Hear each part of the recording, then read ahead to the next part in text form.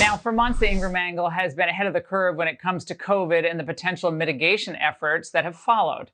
From the split science on masks to the damaging effect of lockdowns and their effectiveness on a populace and on this virus, we've challenged the consensus, and time and again, we've been proven right. Now that includes highlighting that the immunity to COVID doesn't hinge on antibodies alone, but that other cells, known as the killer T cells, also play a key role. For questioning the consensus, we were tarred and feathered, essentially, by the media medical cartel, but once again, our independent thinking has been vindicated. The New York Times reporting a new study that found 8 months after infection, most people who have recovered still have enough immune cells to fend off the virus and prevent illness. These cells, including T cells, may persist in the body for a very, very long time to come. Joining me now is Dr. William Grace, oncologist and hematologist, and Alex Berenson, former New York Times reporter, author of Unreported Truths About COVID-19 and Lockdowns, Part 2. Dr. Grace, this has been obvious for months. So why did it take the media and the medical establishment so long to catch up? There may have been political motives for that, but, we've known that basically of the two components of the immune system, there's the chemical part, that's the antibody, and there's the cellular immune system, which is extremely important. They not only kill the cells, but they store memory cells to know how to redo when re-challenged with the same infection. They know how to fight that infection and do it more efficiently than the first time around. And the good news, Laura, is that the new vaccines produce a greater immunity than the natural infection themselves. So there's a lot of great news here. And Alex, on this issue of masks and the New York Times reporting on that Danish study that was considered to be so controversial, people didn't even want to talk about it. What should we take away from this? What we should take away is that masks are basically useless as a protective measure. I mean, there wasn't much data about that before. There'd been a very good meta-analysis done several months ago that was published in the CDC journal that suggested that. But this study was randomized. It had several thousand people, and it essentially showed that wearing masks does not protect the wearer at all from the coronavirus, not from the flu. This was done, this spring in Denmark, and it was done with the coronavirus. It was a very, very well-designed study. And frankly, if a drug company had a drug in trials that had this trial result, they would discontinue development of the drug.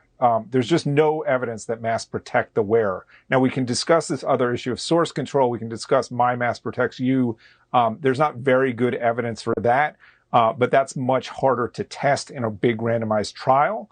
But the CDC said last week masks may protect the wearer, and they should just stop saying that.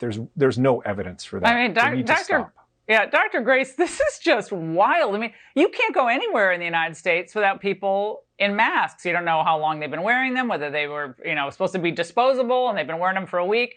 But this is mask mandate on steroids now, everywhere, pretty much everywhere. Yeah, and I agree with Alex. The problem here is there's a big difference between masks. In the hospital, we wear N95 masks and face protection because we're in an environment taking care of COVID patients where the virus is very active and very concentrated.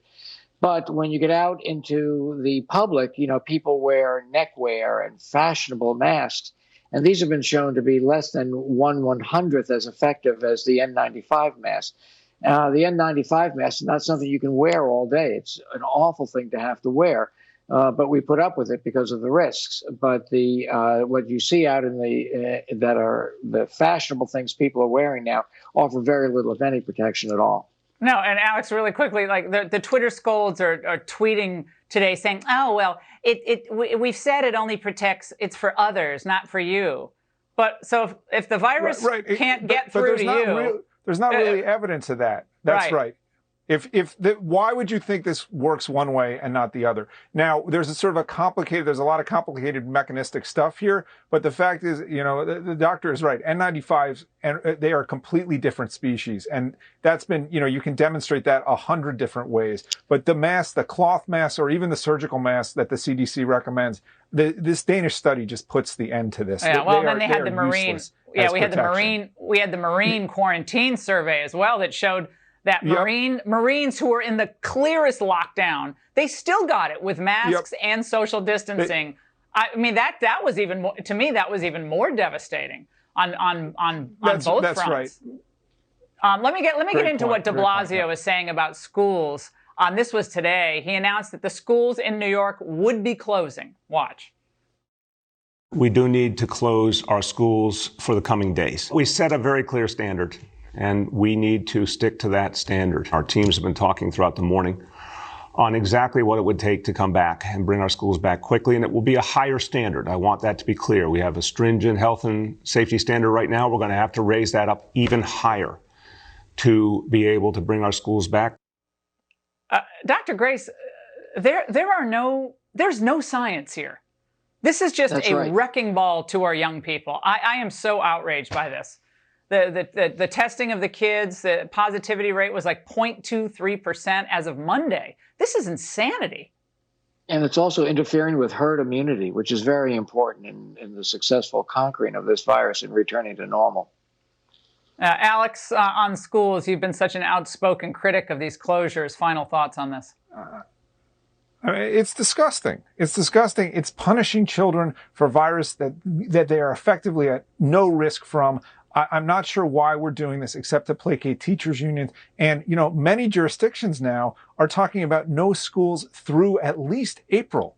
Okay. And some places are saying don't expect schools until fall of 2021. Oh my God, already you can see I mean, it is just wrong. And this is child abuse. I mean, it's child abuse, and people voted for this. This is what I don't understand.